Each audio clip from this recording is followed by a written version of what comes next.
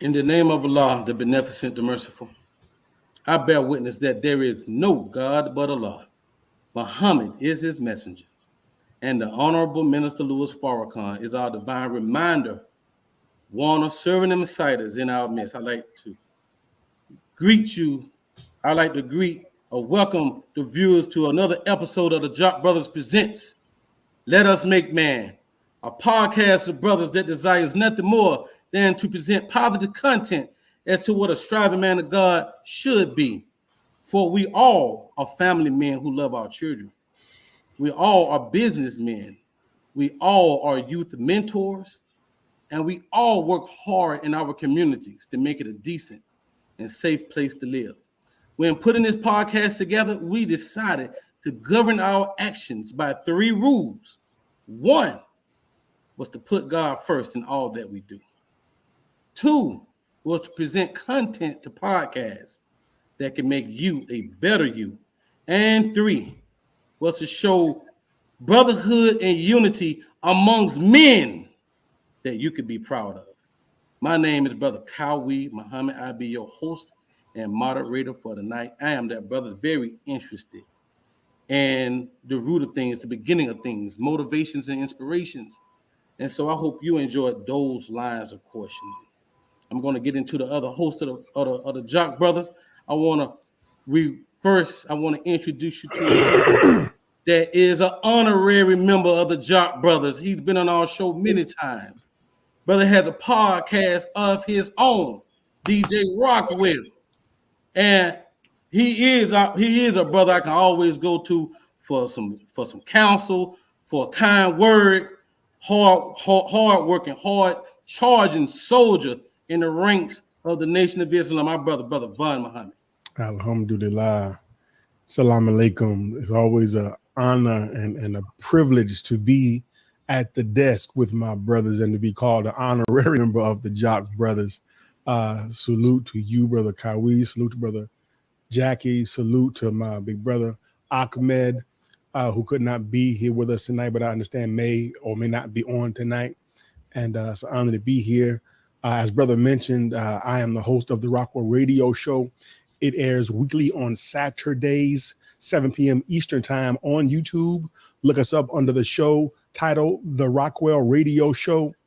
We cover the connection of hip hop and the teachings of the Honorable Elijahmuhammad and the connection between those two factors. We provide a support system for artists in the Nation of Islam and positive artists outside of the Nation of Islam. And man, we have a ball and we laugh, brother. Right, this weekend, this weekend's subject is going to be a powerful one.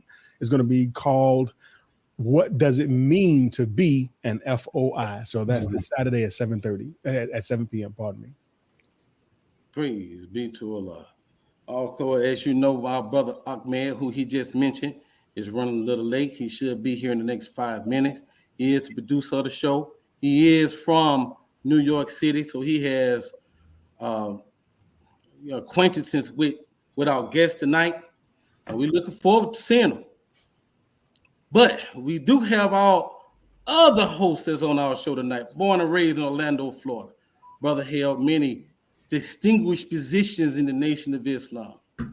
Brother is a absolute top soldier. He brings a wonderful attitude to each one of our meetings and our shows.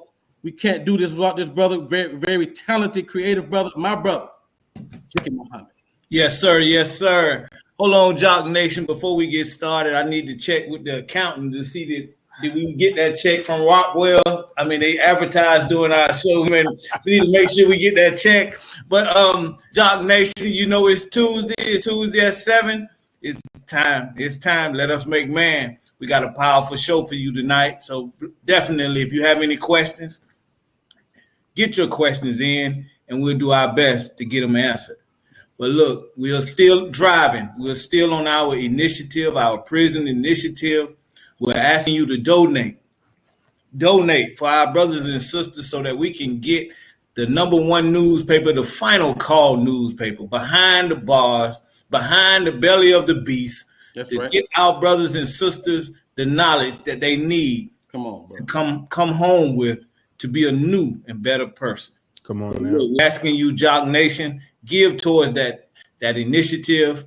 You see our Cash App, Jock Bros. Make sure you put in the notes that you want to donate towards the prison initiative. The prison initiative. Definitely, we want to thank those who have given before, and we want to thank those who have given us names to donate to. We definitely are making our word bond. So we're asking you to continue. Those of you who are watching us on Facebook or on YouTube, please like, subscribe, and share. Please like, subscribe, and share. We definitely want to get this information out. This is imperative information. It could and would save your life. So definitely we're asking you once again and thanking you for tuning in to Jock Brothers Presents Let Us Make Man. Thank you, Jock Nation. Back to you, Kawi. Yes, sir. So let's get to work. As you can see, we currently do not have our Grand Master and Chris Muhammad on the show. They are striving to get on as we speak. So I'm gonna say my introductions for the title of the show just a little later. But as you know, we're having a show on the X-Men that was in New York City during this period of time in which they did some of the bravest things you'll probably ever hear in your life. And we want to honor brothers that served in that capacity for the Nation of Islam to give us the reputation that we have. And they, of course, performed with a great lot of honor and doing the job that they did. But right now, this is National Training Month. This is the 27th anniversary of our national training that's headed up by our Grand Master, our student Supreme Captain, Brother Warithdeenmohammed. This is, in my opinion, one of the more important trainings that we will have in recent history in lieu of the times that we are in. We will be having a discussion with one of his top assistants, Brother Kevin Muhammad. But before we get started, I want to put on a short video to give you just a little taste of what that national training will be like. Here we go. Body and soul, and get ready for the International Training Conference and Seminar featuring Grandmaster Anthonymuhammad, now known as Grandmaster Muhammad. Nation of Islam's Department of Defense is celebrating its 27th anniversary. Friday, July 29th, dignitary protection, as well as security training procedure workshops, a special youth development workshop for children of all ages. Saturday, July 30th, self-defense workshop for the whole family, and a special women's-only martial arts seminar. Can't forget the awards banquet and the concert featuring Golden Child. I don't instigate no beef. I'm pushing peace. There's too much pain and too much blood to just say squash it. And the young god herself, the one and only Heck of a Mecca. Oh my God. Look in the mirror, tell me what you see. I mean, do you really see a hoe? Society calls you bitch, but you are not a dog. It's the other way around, baby girl. You are a god. Danielle Lee. And from the movie Backstage, freestyler with Jay-Z and DMX, Hashim Hakeem. We leaving the way we came. Islaminamerica. And Sunday, the moment we've all been waiting for, the Scimitar Tournament. All this is going down in Milwaukee, Wisconsin, July 29th through the 31st, live at the Wisconsin Center. For more information, log on to www.thevskjujitsu.com. That's www.thevskjujitsu.com. Are you for show or go? Do it. Just do it. Be there. Praise be to Allah. With no further ado, I would like to introduce you to one of the top assistants in the Nation of Islam, under our Assistant Supreme Captain, our brother, Kevin Muhammad. How you doing? Beautiful, my brothers. Assalamu alaikum to you all. Wa alaikum salam, sir. You know, open the statements, brother.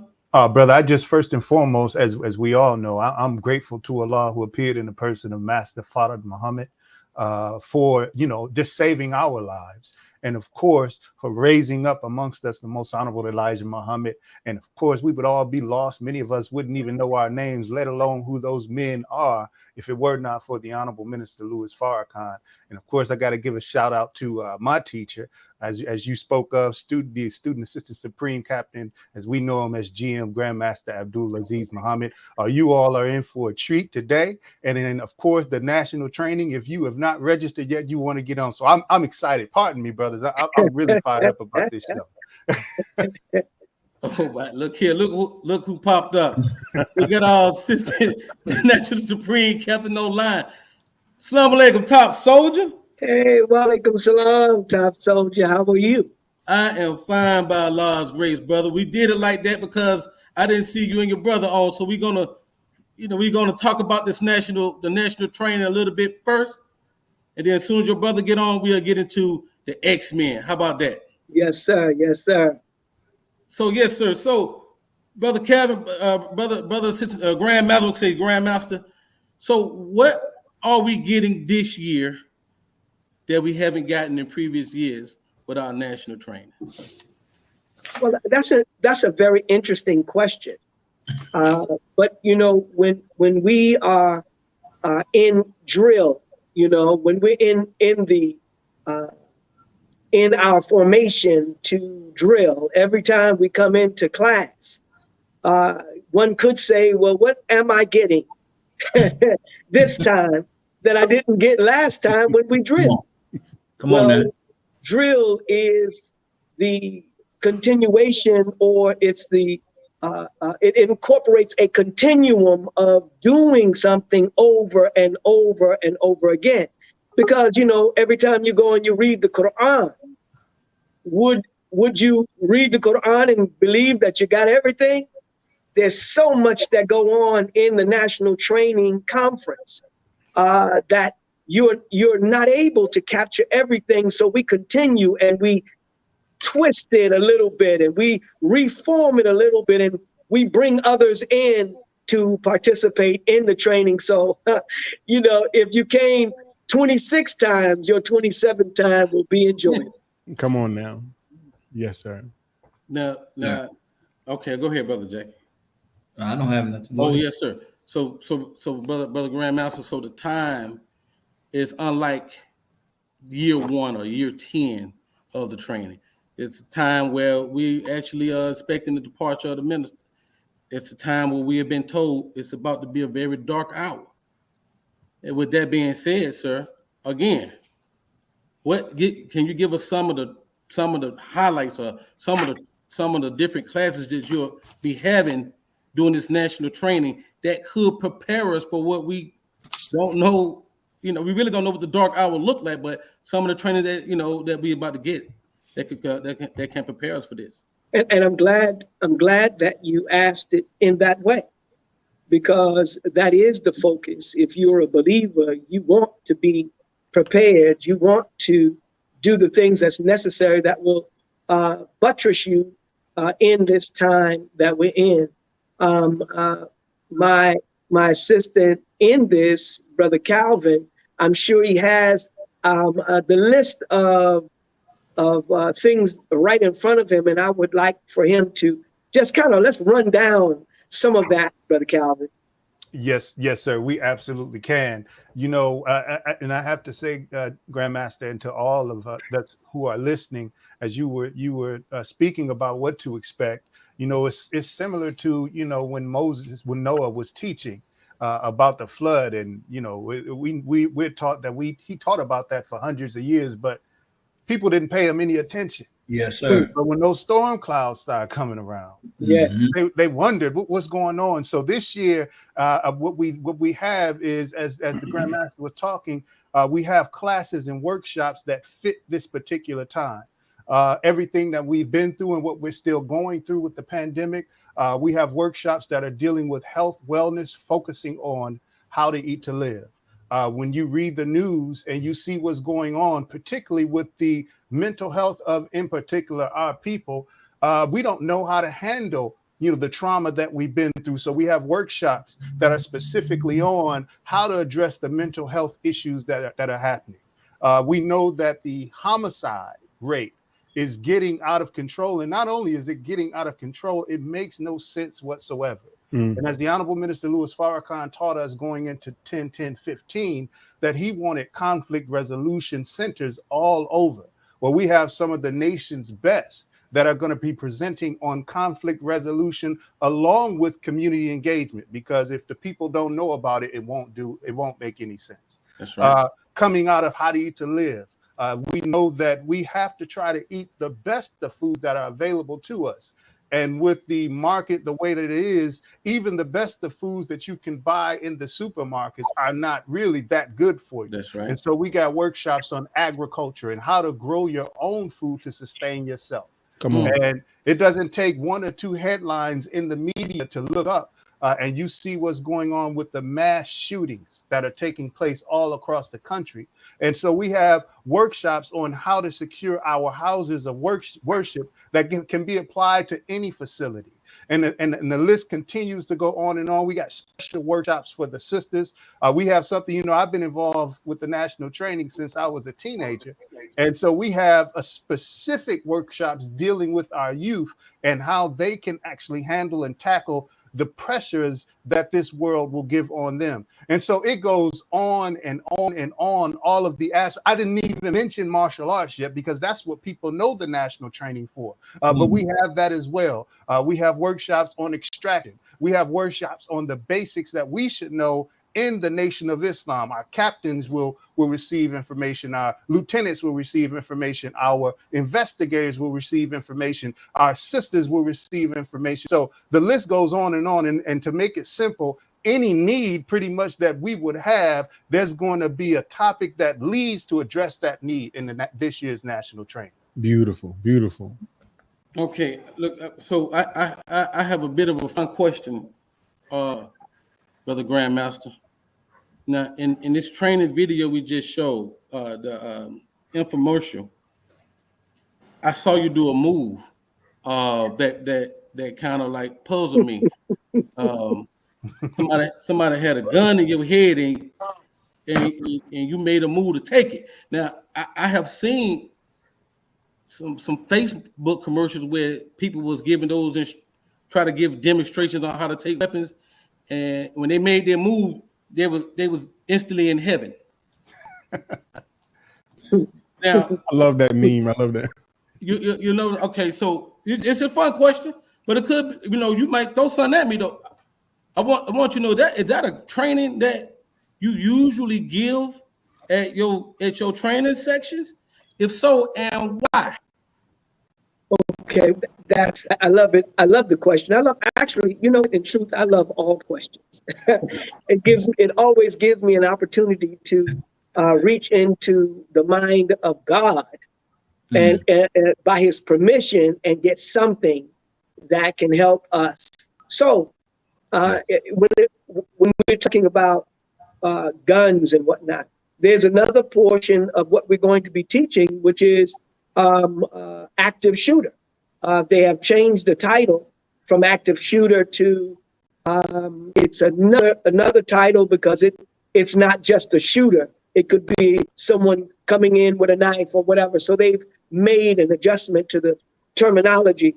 But, so when someone comes in and they are shooting, or they're coming to put you in a position to one, there was a situation where one of the shooters, they came in and they're just shooting. First of all, the cowardice of that process is that they're coming in with a gun to kill someone, not to battle with anyone. They're not expecting a battle. They're expecting the lambs to be slaughtered. So what we do is we practice on these kinds of things because, when you see a gun, you automatically in your mind, if you have not been working with them, you in your mind believe that it is greater than you. So you submit, you freeze. You understand? So we are demonstrating and showing and teaching, no, you don't have to freeze. In fact, you cannot freeze if you want to stay alive. You must act and not react to a situation. And we are also going to be talking about the spirit and the mind that you have to have. You know, when we call on Allah, we're not calling on a spook God. Come on. When we call on Allah, we're calling on the forces that Allah produces for us, that is already there for us. So there's much that, you know, I can give you for that. But yes, we are going to be teaching that, and we're not anticipating that they're going to go to hell.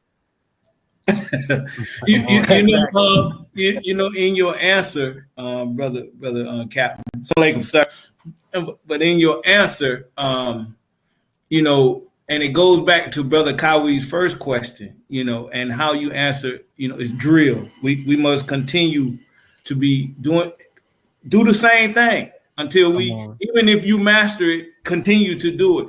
And you just said to us, if we have not been working with a gun, so when you see it, you know, you might freeze up, and that's a very, very good point, Brother Captain. And I'm thank you for saying it how you said it. Thank you for answering just like you did, sir. Thank you. And let me say that if you would, I'd like to say, you can hear me, right? Yes, sir. Yes, sir. Can you hear me? Okay. Yes, sir. Yeah, I would like to say even someone who is a master does not truly master everything. Come on now. I'm called Grandmaster, but I am so small and insignificant when you bring up a man like the Honorable Minister Louis Farrakhan next to me. You see, so although I can't gain any more rank in terms of stripes or something on my belt, I can't gain any more of those, but I can always gain knowledge, wisdom, and understanding. So anyway, no one has mastered anything completely, and we can only say that we have gotten to the level of mastery when our life ends, because that's as far as we can go. Absolutely. Brothers, can I jump in with a question? Absolutely. Of course. Yeah, go ahead, brother. First of all, I want to greet the guests in the greeting words of peace. Assalamualaikum, brothers. Wa alaikum salam. Such an honor to be here with you all. I too am here as a guest host, Brother GM. But I wanted to ask, and firstly, just confess, I have not made all 27 of the training seminars. So I'd like to ask you all to take us back to year number 1. What was the atmosphere or the climate of the nation that produced training seminar number 1? Before you answer, can I get in there? I don't want to be rude. We got a top soldier right here that logged in. We haven't even acknowledged his brother. We got a brother, Chris Muhammad, that just tuned in with us. Another brother that has put in much work in the development of our people. I don't want to be any more disrespectful than what I have. How you doing, top soldier, brother Chris Muhammad? Oh, thank you, brother, for inviting me to the show. And I'm sorry that I was a little tardy with the computer getting in, but I'm learning and I'm still learning. You can only master a few things at a time. All the brothers here, you know, and I'm glad to be here. And if I may, with the gun situation, just have a comment on that. Go ahead. Because you know, we watch all these movies, you know, Spartan, and we watch these warriors, and we see them, and they do a good acting job, right? Come on now. But you feel the spirit of their acting through the screen, and it motivates you. It gives you like power, like, yeah, right? Yes, right. Sir. Well, they actually they read the history of these people that they're playing. And these people were like that. So, you know, in order to become a warrior, you have to be made into a warrior by a warrior, right? Come on. Grandmaster Aziz is a warrior. Mm-hmm. The most honorable Elijahmuhammad is a supreme warrior, and Minister Louis Farrakhan is the extension of him, warriors, and all that was made was warriors. To this day, you're still talking about what the warriors did in the nation in the 30s and the 40s and the 50s and the 60s against tremendous odds. Yes, sir. So when you have that training and you practice it, then you call on Allah, who gives you the power to bring it forth. You don't care about that stuff. You do what you have to do. It's better to have a plan than to have no plan at all. Mm-hmm. And so that's what the national training does. It gives you confidence. It gives you something. Because when you have nothing, you lay down and die. You're going to die anyway, so why not die like a warrior? Yes, sir. Wow. That's a beautiful spirit, brother. I don't know how to back that up. I'm sorry for that's the question again, brother Rock.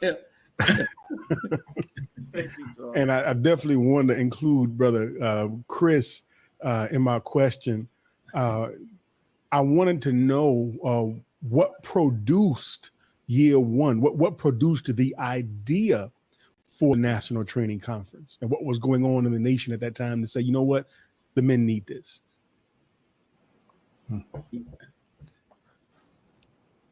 Brother Calvin, can you? Yes, sir. Yes, sir.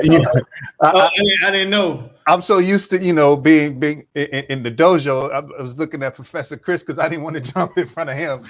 No, sir. No, sir. Yes, sir.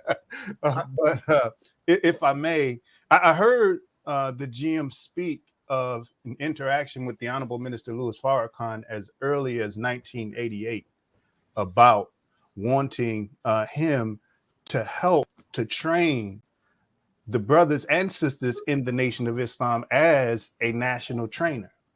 Now, of course, we go to 1995 when we had the Million Man March, and that is the first time that I actually met Grandmaster. It was actually in Washington, D.C., and I don't know if you recall, but there was some semblance of a unit that was assembled there in Washington, D.C.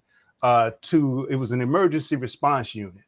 And I remember being in a couple of workshops because he compiled martial artists, people who had boxing, people who had familiarity with law enforcement and all of these things. And he had pulled everybody together. And there was some mention of making sure that there was an ongoing training. And you asked what was, what gave birth to it. And if you were around in that time in the Nation of Islam or earlier, you knew that your training, and it wasn't a bad thing, but whatever level of training you got to be a soldier, to deal with self-defense, to check procedures, to holding posts, it was capped by the experience level that you had in your mosque.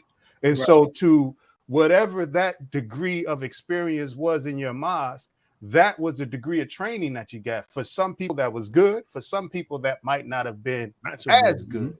And so you asked what gave birth to that. It was to have some type of standard of effective training all across the Nation of Islam. If you would go to New York, or you would go to Los Angeles, or you would go to Atlanta, you would get 3 different check procedures. Right. Or if you were told to assume a particular post, you noticed your relief was different from there. The extraction unit came about into how you remove somebody in a disruptive situation. Some people may have been smooth at it. Some people may have been disruptive themselves. But it was a hope to consolidate the training that the Nation of Islam got and tie it to our principles, tie it to our belief, tie it to and root it to the God that we all serve. Very good. Thank you. Yes, sir. Great answer. Okay. Brothers, do either of you, the GM, Brother Chris, would you like to expand or add to? Yes. Well, yes, sir. The author, Brother GM, is the one who put it all together. Mm-hmm. Yes. Well, let me say first, it started with the minister. It started with minister saying to me that he wanted me to be the national trainer, and he wanted me to move to New York, and which at that time I wasn't prepared financially to actually make the move at that time. And this will probably come in the next portion of the show, which deals with X-Men security, where I, wanted to make this happen, and I didn't want to burden the nation with, I had a family. I had, my children, I had my wife, and I, of course, myself, and I didn't want all of that to be a burden. So while not having an avenue, I then went into doing something, which was the security company that we kicked off and so forth. So I'll hold that part. But in doing that, I got to Chicago. I came to Chicago and, bought my home and began to move. So immediately I wanted to do something based on what I was given as a responsibility. Did I get a playbook? No, of course not. You're given an instruction. You've given a particular, So you now got to go to work to make out, make it whatever you make it by Allah's permission. And that I came to Chicago in '95, just before the Million Man March, and then '96 is when we first got kicked off, or we first kicked off the training. Now, I'm already a martial artist. I'm already, active in that. And I was going to bring my teacher, Dr. Moses Powell, and my teacher, Soke Lil John Davis, into Chicago. So I wanted to get the believers to participate in it. I wanted them to get some of this training that I had. And in that, I said, well, let's bring together a training component of some of the other aspects of training, security training that our nation needs, check posts and so forth. Let's pull that together. And, everyone is not going to come from martial arts.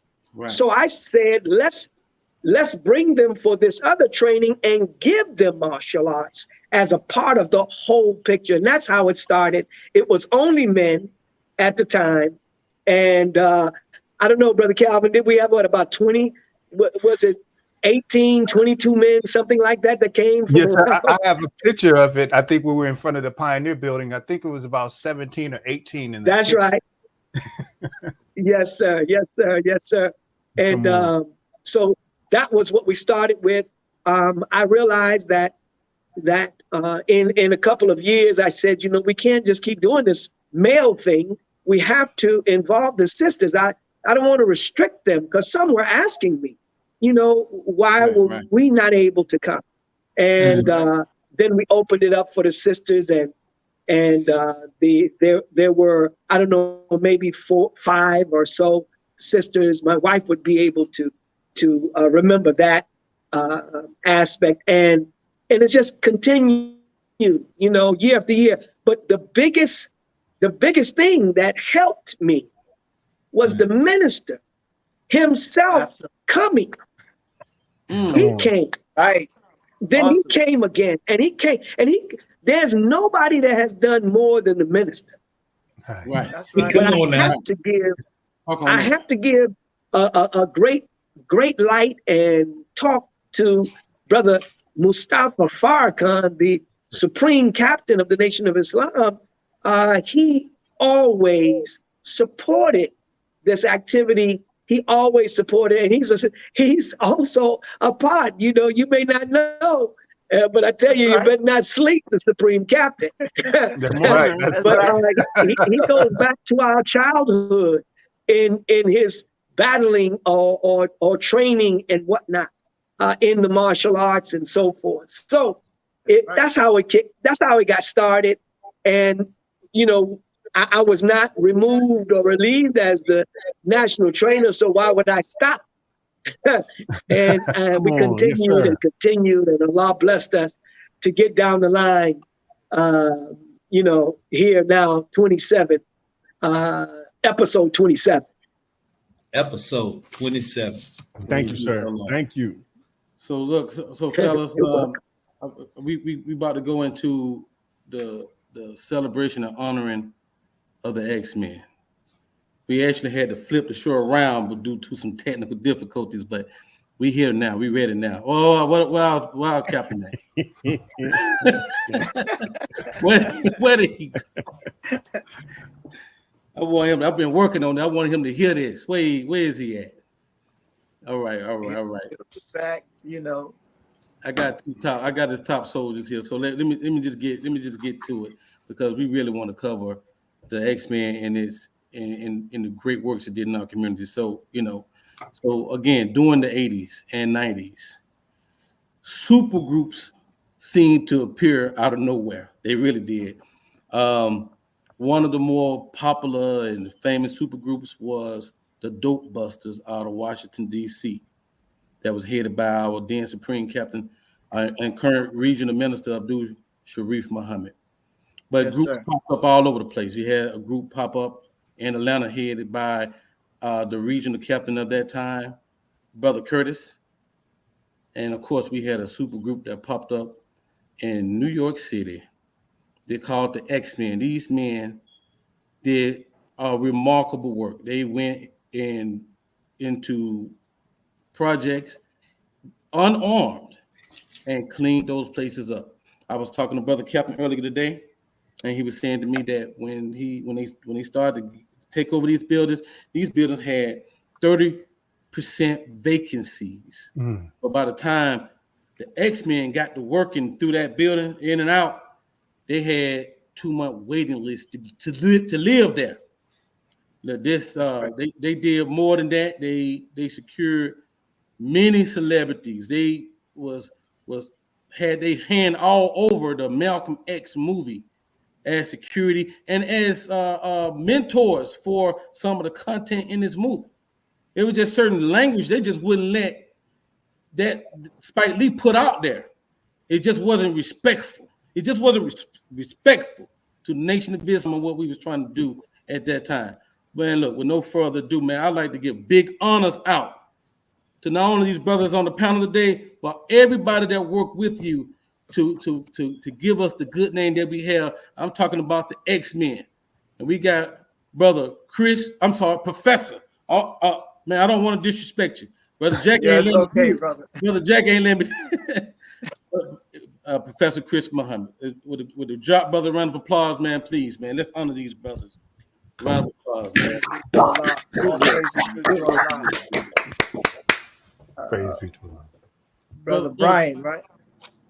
Well, that's my old, you know. That's the old. Okay. That's the old, you know. Well, out with the old and in with the new. That's right. Go ahead. That's right. I'm for the new. But I want to just also, if I was, a little engaged in the last thing that I said, I didn't mean to come off like a rocket was in my pocket. Now we need to be engaged, brother. Let's come on now. It's rock and roll time. Come on, man. But I'm really serious about that. Yes, sir. I was raised in Brooklyn and in Brownsville. I mean, the geographics don't make you actually a warrior. You have to have met a warrior to become one. Come on. And or you had to overcome a battle that was something incredible, or you could have lost your life. That's on the road there. And some of us have that. But when you came into the nation, and I know the X-Men, I'm still there. But when you came into the nation, right? I came in, I was 7 years old. So that was my first introduction really into martial arts and fighting like that. Because every member that joined the nation had to learn how to fight. Come on now.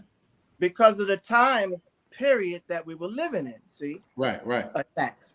So I'm just saying that, when we're together and we're in the same spirit, we can conquer things that we don't even imagine we can conquer. Come on. But you have to have that feeling and drive to walk right into death and say, so what? Come on. Come on. Just like that. Right. You understand? And not making you no big bad person, but when God is with you, who can be against you? That's right. So X-Men Security, right? Which is a company that my brother started. And I want to say out the gate to those who didn't know that GM was my brother. And he's your brother too. That's right. But I want to say that I thank Allah for a brother like that to come up with. You understand? That's right. Yes, sir. Because he's a genuine person. I need work, you know, but he got it together. You understand? Come on, man. So he wanted to start a company. He's always been into business. I've been on the corner selling socks with him, selling headbands, whatever, you know, trying to make some money and trying to survive back in the days. And he's always wanted to help people, as my whole family is that same way. So with X-Men, he wanted to start a company that was an elite company, you know, top of the line company to his employees. So when people were making $4 an hour or $5 an hour, when he started the company, he was paying them somewheres up $10 to $15 an hour. Almost. It all depends on what they were doing, but the minimum wage, and he can tell you the exact, not sure, but it was above the minimum that people were paying. That's number one. And then my other brother who we lost, his name was Wayne. Yes, sir. And Wayne stood 4'11", but when you looked at him, you saw 6'12". That's right. Come on, fearless. That's right. Those who knew him understand what I'm saying. That's right. And you heard of Captain Shaw, right? Yes, sir. Everybody heard of him. Well, Wayne, as a youngster, was really tight with him. Yes. And I mean, he had permission to be with the big fellas. Right. So he did some stuff that I've yet to experience. So he was running the organization of the men and keeping them together. So the first and our major accomplishment with the drug scene was in Coney Island. And the projects are escaping my mind right now, but it's Coney Island in that area. And there was killings and muggings, and people were afraid to come out their door to go to the store. But once we got there and we got the contract, see, nothing happens in a neighborhood where nobody knows what's happening. Come on now. It's just that you don't know who to ask. Come on now. Or should I say, you don't know who to, put in a van and have a conversation with. But the thing is, but not in any threatening way, but just, saying that these are our people, these are your people. These are your mothers, these are your brothers, though you don't believe that. And this will not be tolerated. Well, words with people don't always hit the mark, right? Yes, sir. So that's when the lions come out and say what they got to say. Come on, let them lions speak. When the lions roar, you're going to hear them for miles. As a matter of fact, you ever heard a lion roar? I heard them in person. Yes, sir. You kind of like shake your body, right? Your bones, right? Come on, man. And that's us. So we put in that work there, cleaned it up. There is also a clip on Like It Is that I have. I'm making it digital because when they plotted against us to, close the company, but the community wanted us to stay there. What the enemy did was he got one of his paid people on the board, and he became the president of the board, and so that's how they got us out of there like that, voted out.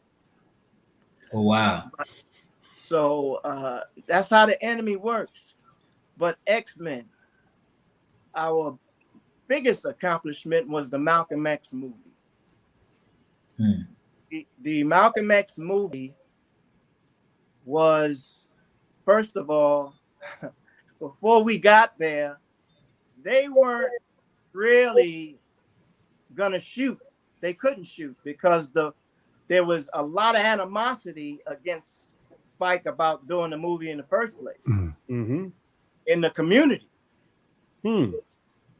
And there were brothers.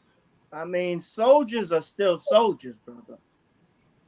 And when you're going to talk about the messenger or like that in a bad light, as he planned to do, teach. Well, you're gonna meet the repercussions of that from people that you don't even know is standing somewhere. Right. And that's what was the climate of that. And so we as children, we know some of the old Muslims that were there. They knew us as children. Right, right. So when they heard that we were working on the movie, then, you know, it started to cool off for them. But still, the way that Spike was going to do the movie, his script, right. I mean, it was like absolutely, like the minister said. Well, give me an example. Give me an example of what you're talking about. Really? I never heard that before. Oh, well, I guess the mic is open and I didn't drop it. But, you know, I got Dr. Powell in me too. So yeah. But the thing is that, yeah, this is what was going on. The thing is that, you know, when you study the history of Malcolm and all of this stuff here, there was really things he was saying that was really off the wall. Yes, sir. You know, he was really saying some things. He had absolutely, in the end, turned and he had, you know, he had become bitter. But with Denzel, and we got to talk to him and things, he, you know, because we suggested that some of the language that was used would not be proper to be using it in this day and time about that, because you definitely going to cause harm to yourself. And we told him that there's people around here that's going to do something to you. You understand? to do that. I mean, straight up. Yes, sir. And but Denzel, and it was Allah's blessings and Allah, because we never left Allah for no money. That's right. Matter of fact, come on. Money that my brother could have gotten and X-Men could have gotten should have been $1 million or two more. But we were doing things because of the love, and we wanted this to be done right. That's right. That's right.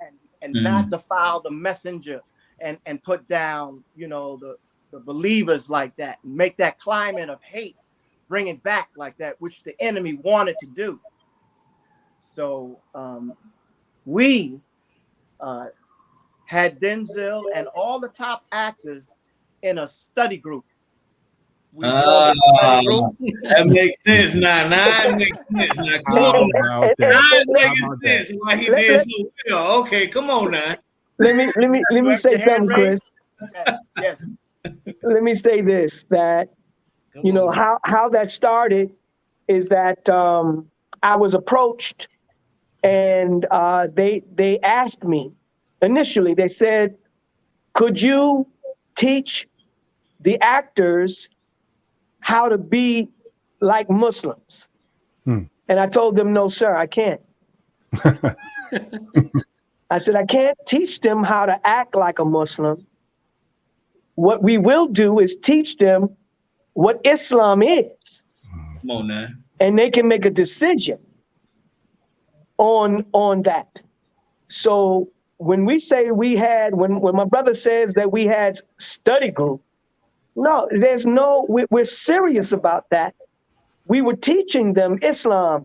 My brother Wayne was intimately in speaking and teaching, and I was operating as a like a captain with them, and my brother Chris. We were all involved in their development. Yes, there sir. was a brother that was there who was a child of a Muslim who was one of Malcolm's followers. So he actually was hating on the minister and the nation. But through the training, and I had been in touch with him. In fact, I got to reach out and give him a call. But through the years after that, you know, he began to, he was believing in Masterfardmuhammad. That's right. Come on. And man, he's a beautiful brother, hardcore soldier, been an actor for some time, and you see him in a lot of different shows. But the point is, you know, we brought them into training where they may have thought, okay, well, look, whatever they get, if they can learn how to be, that's fine. But see, they were being taught. We took them out. We took them out into Fort Greene projects to sell the Final Call newspaper. Oh, man. Come on, Cap. Wasn't that dangerous? Come on, Teach. Actors and stuff? Oh, of course it's dangerous, but it's dangerous for the FOI. That's you right. know what I'm saying? Right. See, but they are only, see the difference. See, what we did with them is while we had them, we were teaching them, and in the beginning, they didn't, you know, some of them didn't care either way around. They wanted the job that they had was an actor with Spike Lee.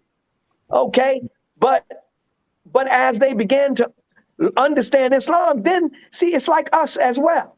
See, we don't remember always how we came in. See, we came in thinking one way. Everything was so beautiful. Everything was so it affected our spirit and heart, and we would do everything and anything. That's right.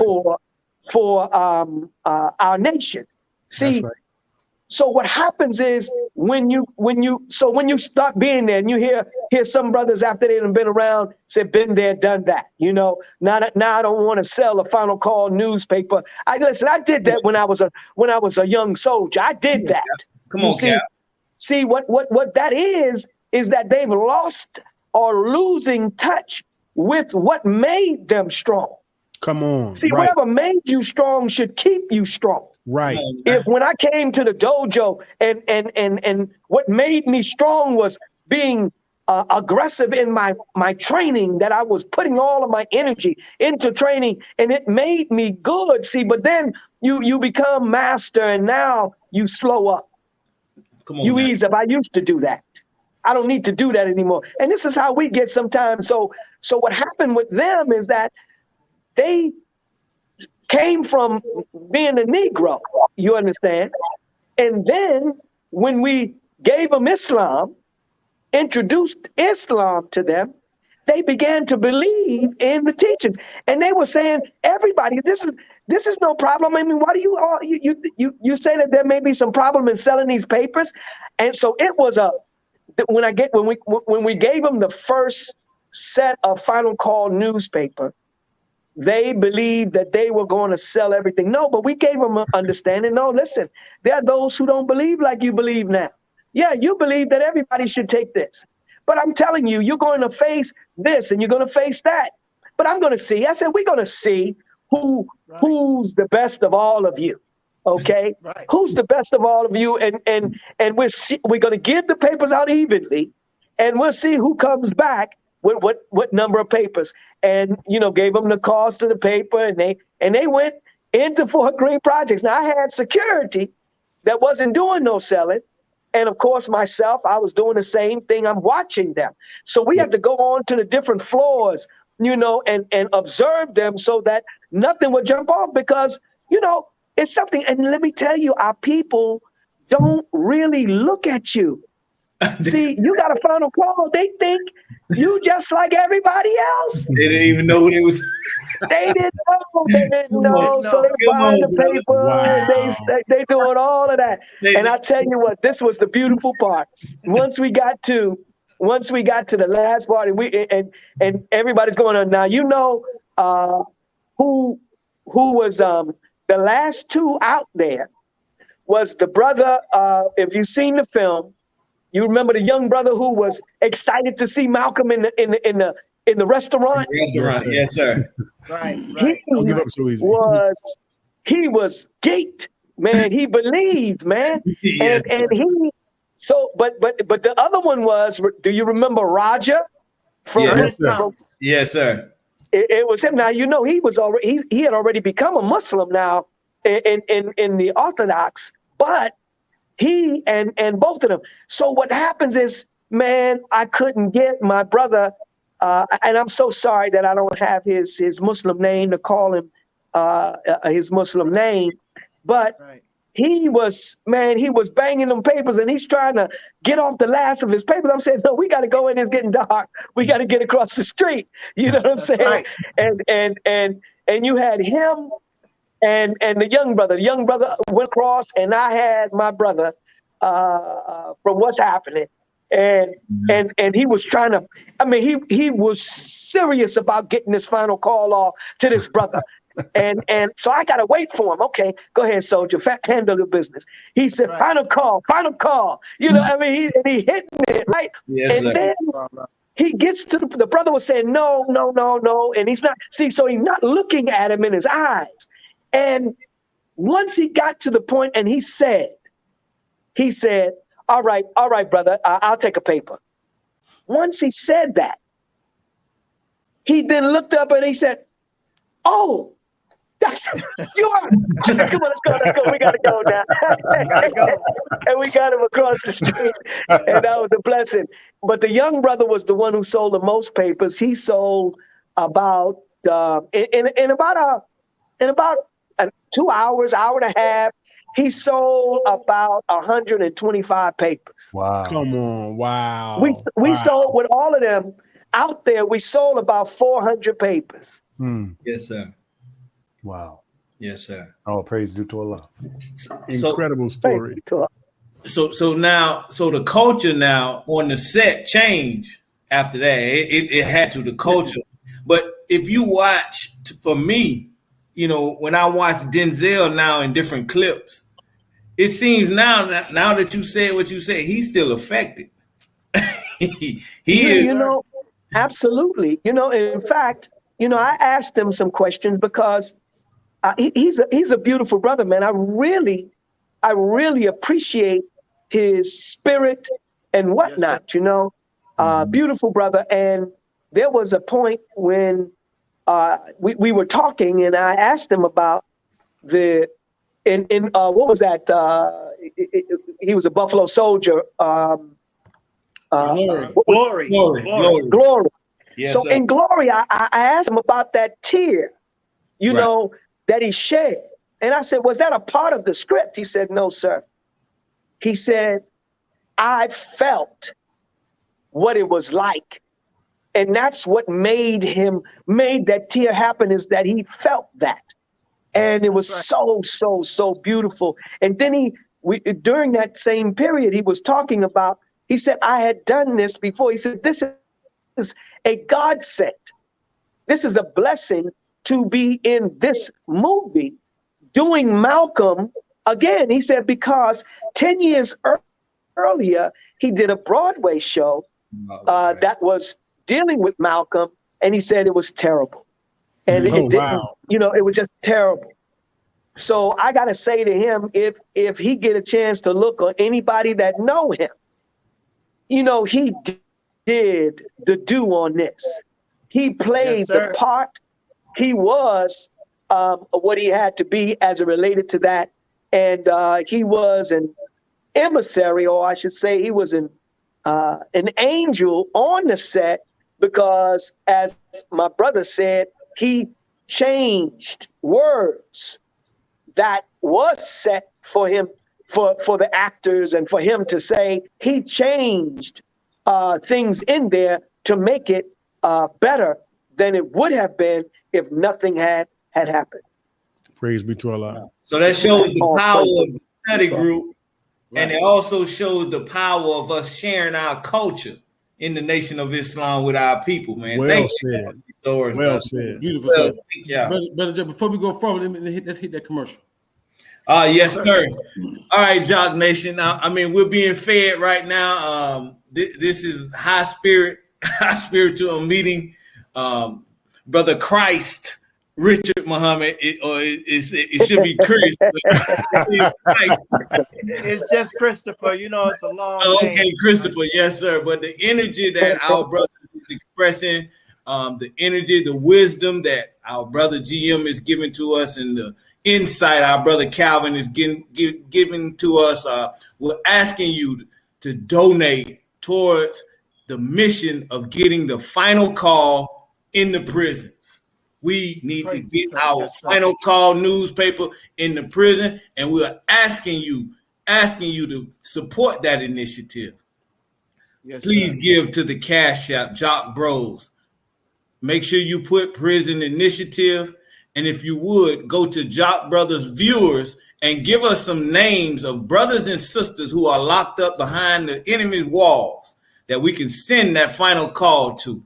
We have a contact in Chicago at the Final Call building, and she's ready to just line them up. So give us some names, brothers and sisters. We also need some donations. So if you want to give a 90-day subscription, it's only $18. You know, you want to give a 6-month subscription, it's only $36. Come on. $60, you can subscribe a whole year to a brother or sister behind the wall. So look, it's only a little money that we can help our brothers and sisters when they come home.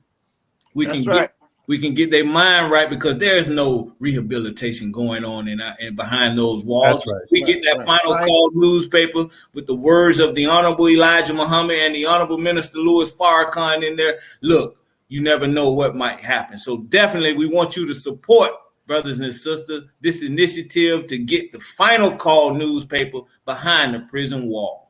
Thank you, Brother Kawil. And also like and subscribe. Please share, but tell the brothers and sisters we got a beautiful show on tonight talking about the national training and the X-Men. So back to you, Brother Kawil. Praise be to Allah. You spoke strong on that, Brother Jackie. Look, brother. These brothers find me up over here, brother. You talk Islam, brother. They find me up over here, brother. That's Islam. Come on, man. We need you to do that every week, right there, Brother Jackie. Please, Jackie, right there. Come on with it. Man, where the cap go? Where the cap? He'll be back. You know, he's multitasking. You know, Right.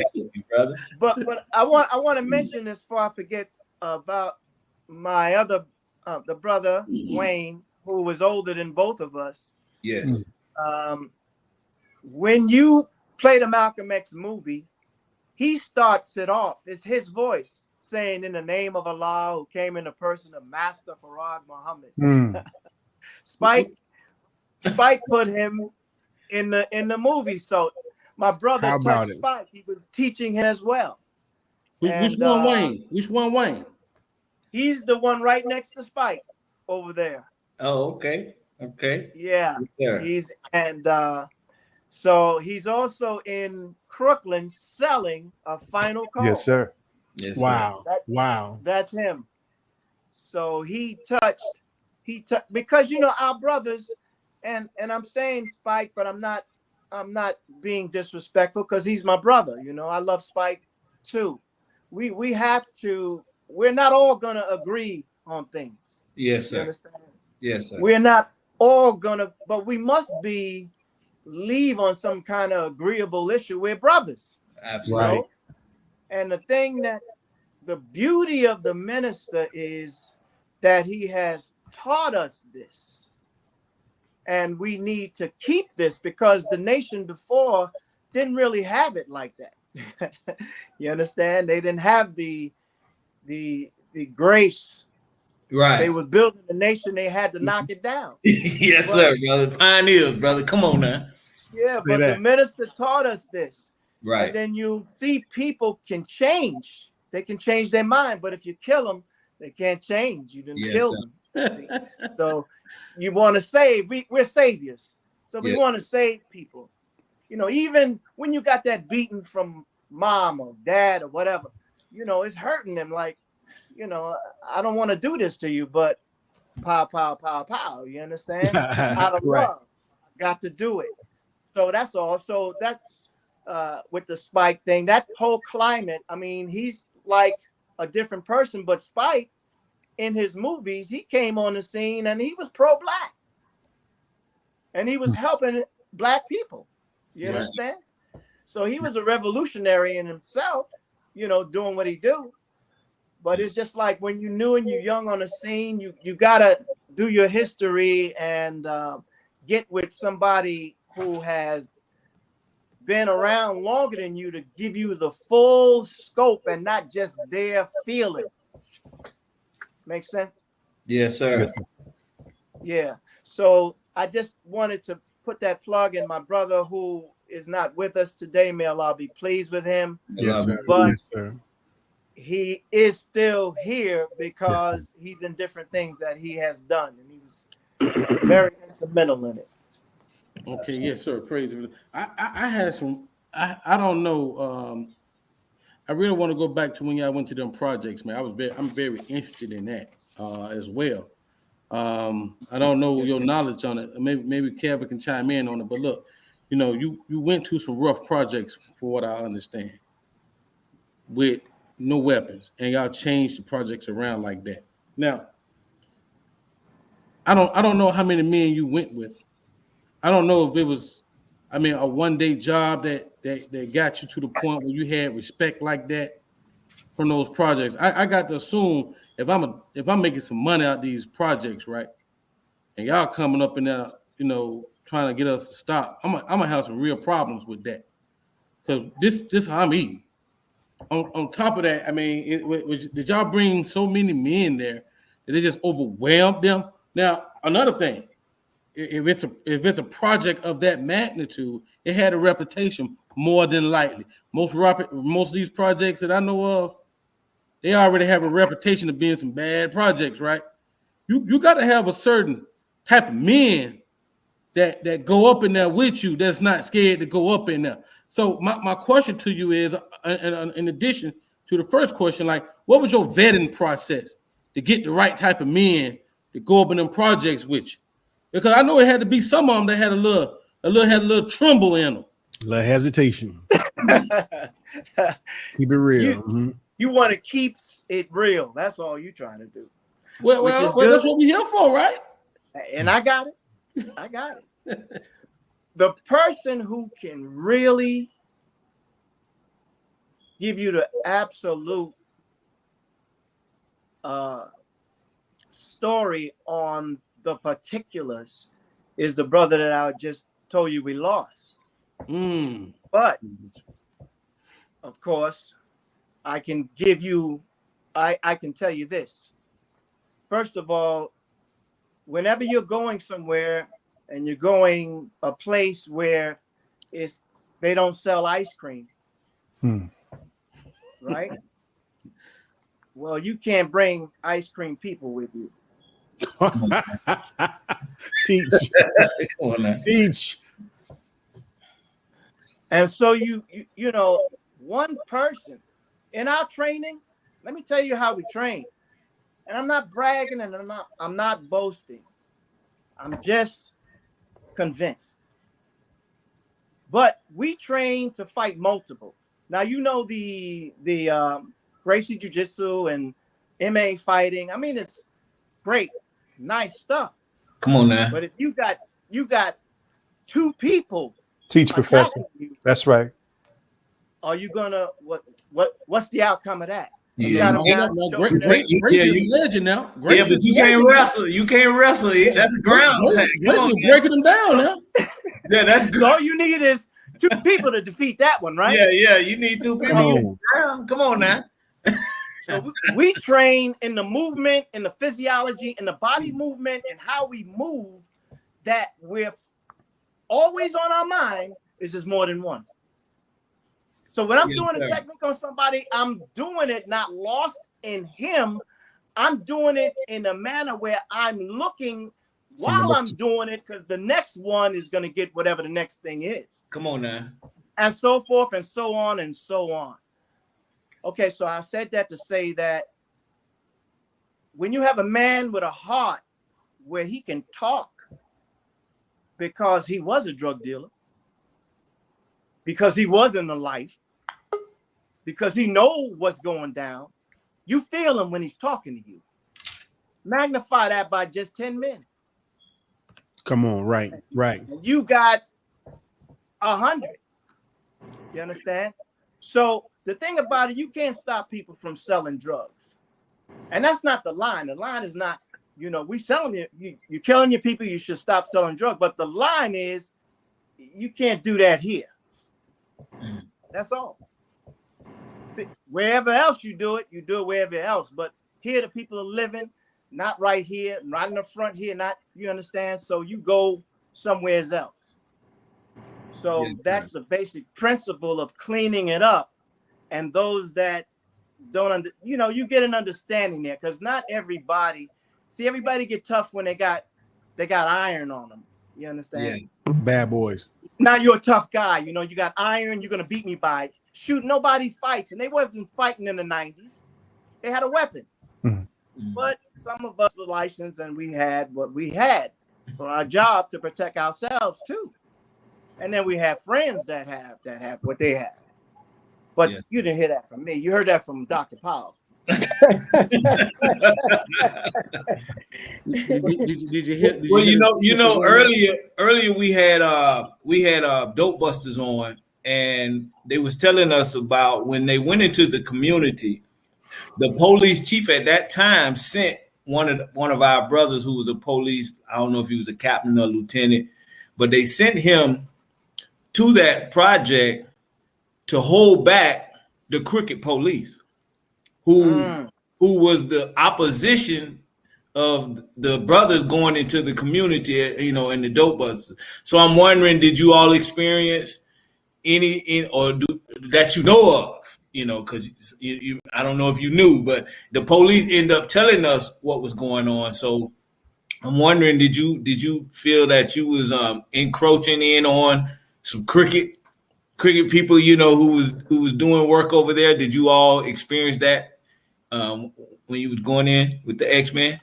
Well, let me say this. This is Coney Island that we're talking about, and Ocean Towers was actually the complex name, and it was fairly a nice size complex that we had to deal with.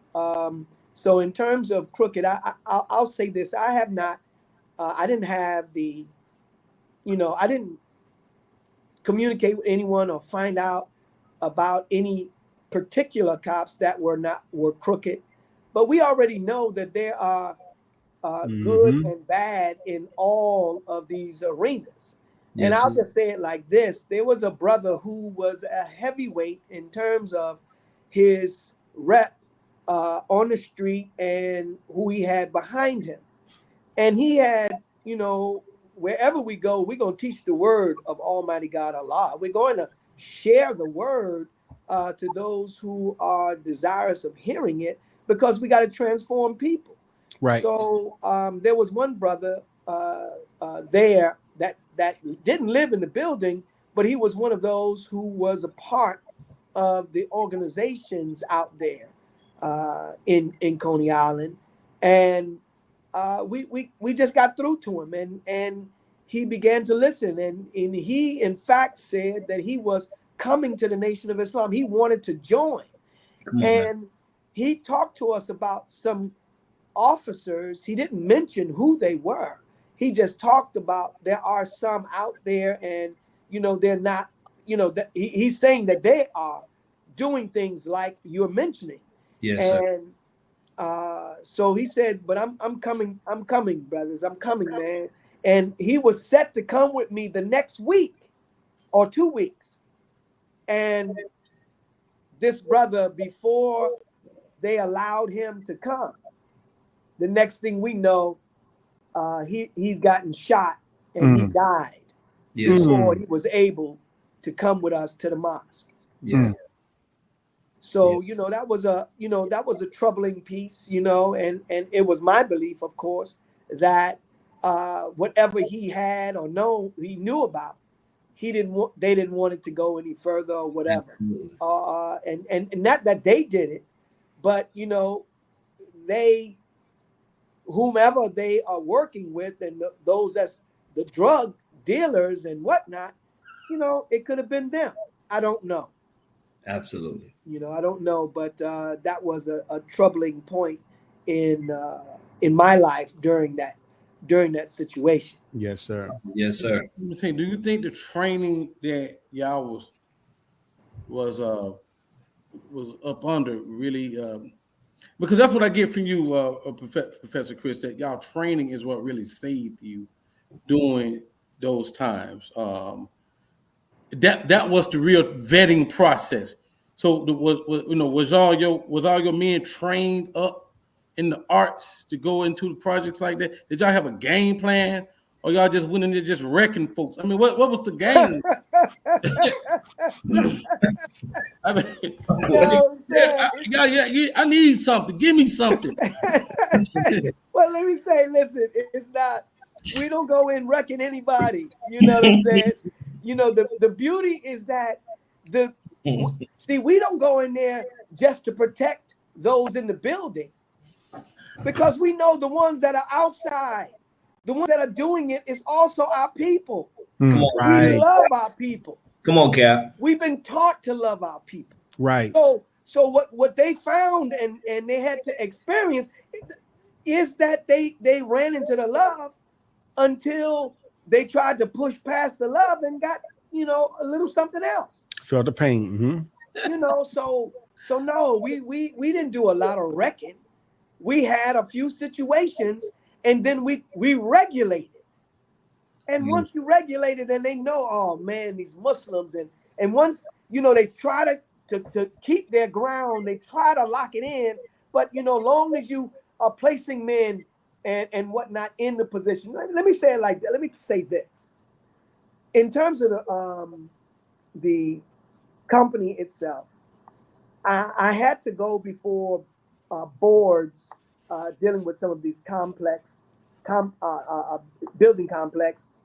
And what I found out, and this was something that someone taught me, you know, matter of fact, his name is Warithdeen Mohammed.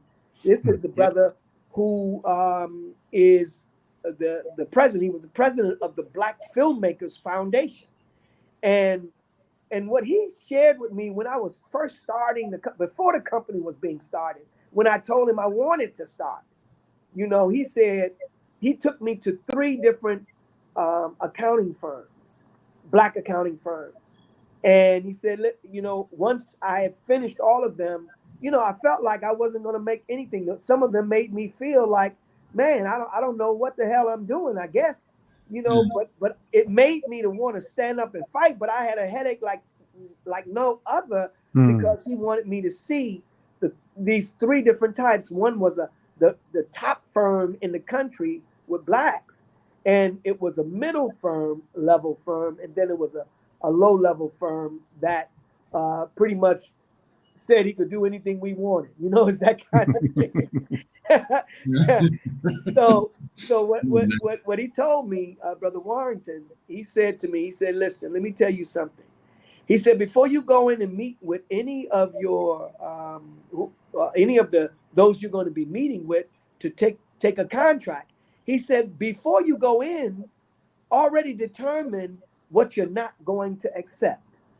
He said, be ready to walk out of something. He said, do not try to take everything that anybody has. Come on now. He hit me with that. So I started to build from that. And then when I would go into these locations, I started realizing, I said to one group of council in terms of the building, and I said, let me just say this to you. They had other people that went up with them. I said, let me say this to you. You can choose any of the others. No, we're not the lowest. And if you desire the lowest, you can go and get the lowest. I said, but these brothers, these are men who love each other. And I want you to know that it's not really your property that they are going to protect. What they're going to do is protect each other. And they will die for each other. I will die for them. They will die for me. We are brothers. So if we are there with your building, you let me know if there's somebody else is willing to die for each other in servicing you. So you can choose who you like. This is what we charge, and this is what it is. Come on. Right. That's good teaching. That's good. I'm telling you, every time they chose us. That flips everything. Come on now. Come on. That's good. That's a reality. See, we go into the building, and see, we're going into the building as Muslims, and you don't treat the men like they're other than Muslims. You treat them like you love them. So we never, back in those days, we weren't paying less than $15 an hour. Yes, sir. Then that's where we started the men. Come on now. While others were charging all kind of ridiculous, what you know. So no. We love the brotherhood, and we will die for the brotherhood, and we work for the brotherhood. Brothers would say, "I'm working," you know. I work for you. I said, no, we work for each other. Come on. You know, and that's it. So. You will close it out, brother.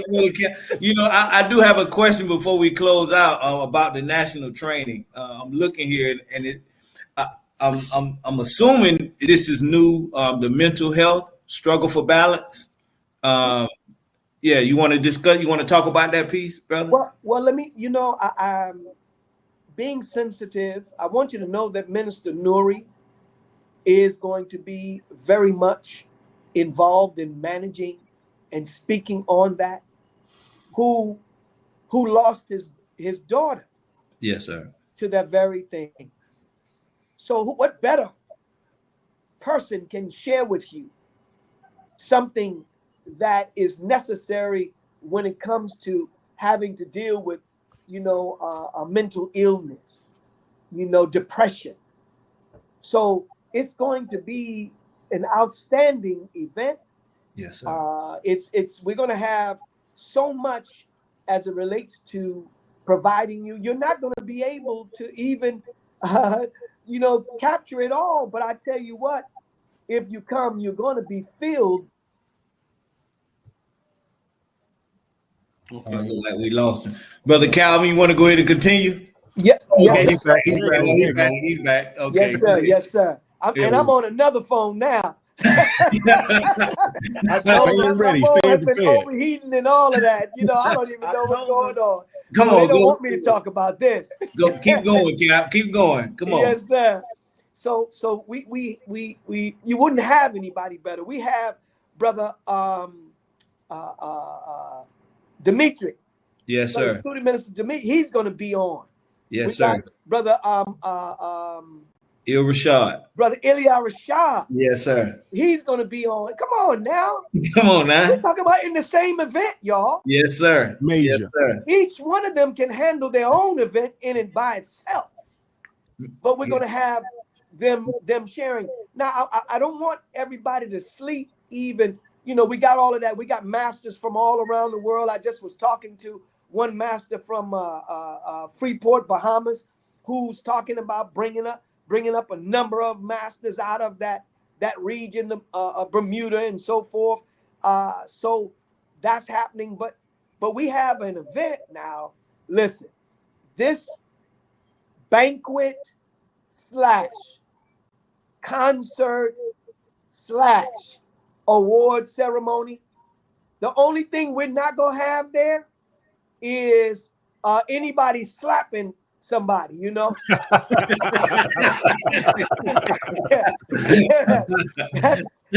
you know, if somebody came up to slap somebody, it's gonna go down. It's on. It's gonna go down. You already know that. You know, maybe we'll do it anyway just to get some more martial arts. But listen, we got artists that's within our nation, man. That's gonna be sharing. We got R&B. It's gonna be beautiful. So it's going to be like a Grammy styled event, and we're just laying it out. So and a banquet, of course, and you're going to be eating as well. So all of that's happening in this event as well, man. I don't know what else to say to help you out. Yes, sir. But go ahead and register. Go and hit the website and register. That's it. Come on, www. That's THEVSKJIUJITSU.com. That's www.THEV as in victory, S as in savior, K as in king, VSK Jiu-Jitsu, JIUJITSU.com. Come on, let's get it done. I can't let you go without asking, is this the first time that you've had entertainers on the bill to perform? Like this, it is the first time like this. We've had, we've had it, but we've not done it nowhere near this. Nowhere near this. Y'all heard it. Register. Go to the website and register, y'all. Well, inshallah, we'll be there, brother Cap. We'll be there. Yes, so sir. we want to announce to our brothers. Look, we have the mental health, struggle for balance, defending Farrakhan, lessons from the bees, the principles of nation building, survival, living through a disaster, renewing your body by growing your own food, healthy weight loss according to God's plan, conflict resolution, planning for your family, life insurance, wills, etc., protecting yourself and your home, securing our houses of worship security. So definitely we have a full weekend plan, So we want to thank our brothers for putting together a wonderful program, that shows love for the brotherhood and the sisterhood. Right. And so we thank you, brothers, for being consistent. We thank you for your sacrifice. We thank you for all that you do for our nation and for our children who are coming up, and for our sisters, protecting our women and our girls. So may Allah continue to bless all of you in this struggle that we all are in. So thank you. This is the part of the show where everybody get a chance to make a final comment. Anything you want, brother Calvin, let's start with you, brother. Final comment.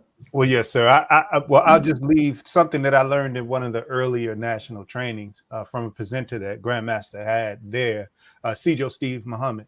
And he had mentioned in that training, he said, in a crisis situation, you can only fall back on what you have trained for. If you have not trained for anything, you have nothing to fall back on. Come on, that's good. That's a great statement. Awesome. That's our big you need to put that on the t-shirt, bro. We need to counter that, man. Put that on the t-shirt. Yeah, that's a beautiful. Yes, sir. I'd like to just carry that one on because it's right up, in the way we need to be. It is absolutely foolish and a fool who will not try to train to protect his life or his family or whatever.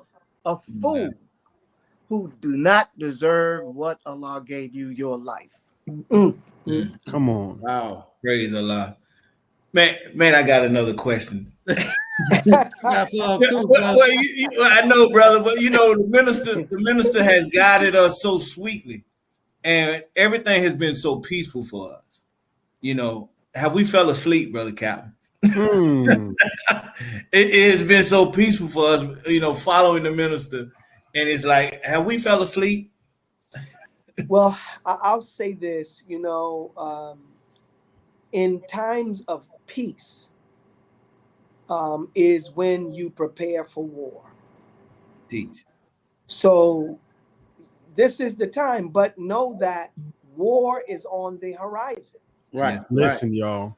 Come on, Cap. Yes, sir. So if you wait any longer to train yourself and prepare yourself physically, spiritually, and mentally, you'll be finding yourself in the midst of the war, desiring, you'll be saying what others have said, I'd rather have and not need than to need and not have.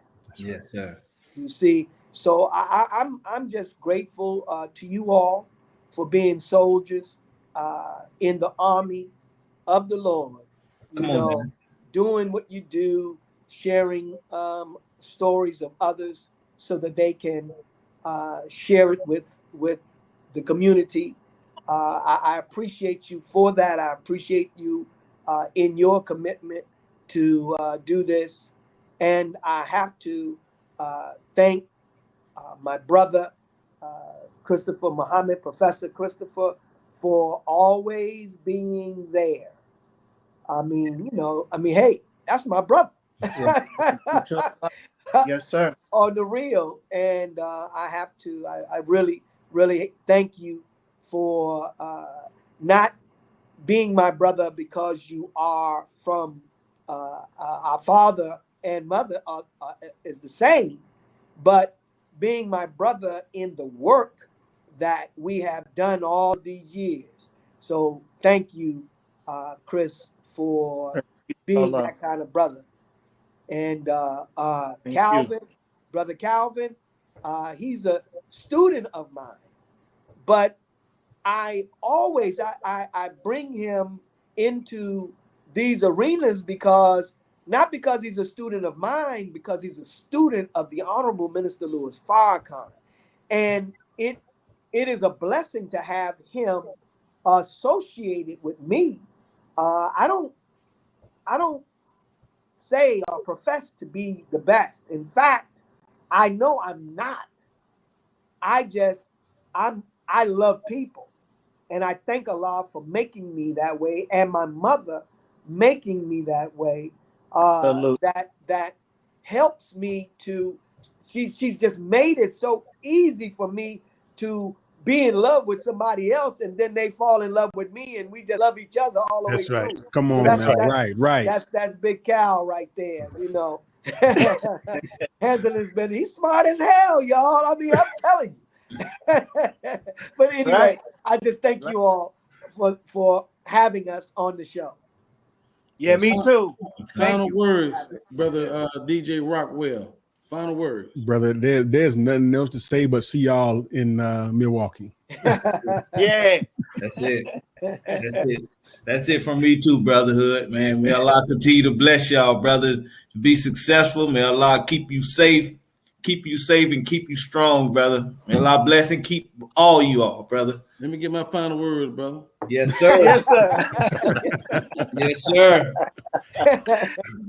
Well, again, I enjoyed the show. I didn't think I was gonna get this from the show. Y'all dropped a lot of jewels, brother Chris. I know you're a peaceful brother, man, but I swear you look like you ain't the one, man. Like you look like you very dangerous brother to play with, brother. That's right. Allahu Akbar, brother. Allahu Akbar. Yes, sir. I mean, I just love what you. I love what you're doing, brother Cap. I mean, with the training. I have not been the one. I'm going this year. All right. I'm gonna be there this year. I don't know what to expect, brother. I ain't in shape like you, but I'm gonna go. Hey, listen, you all should come and do your show from there. That's right. Come on. Come on now. That's right. A special edition. Special edition, brother Jackie. They should be here. Yeah, that's right. No, that's right. That's right. Come on now. Wow. Yes, well, with your permission, brother, we will, brother. Yeah. I mean, if you give us that invite, I don't see a problem with taking that. Come on, praise Allah. Brother Kevin, man, I thank you for serving the way you serve, brother. You're a humble brother. You will not speak before brother Chris, Professor Chris, nor the Cap. You were very respectful, brother. I mean, I'm gonna be honest. You don't look like that brother I'd be worried about, but you might be the most. I mean, quiet brothers. That's right. Don't sleep on them. Can't sleep on them. No, not so. Really appreciate the spirit of the show. Oh man, the spirit of the show is great, and I can't wait. We're gonna loop this show a couple of times. So thank you for coming to the show. Thank you. And I can't wait till the next time we can have you on. Assalamu alaikum. Welcome, sir. Thank you. Brother Jack, Yes, sir. You know. Yes, sir.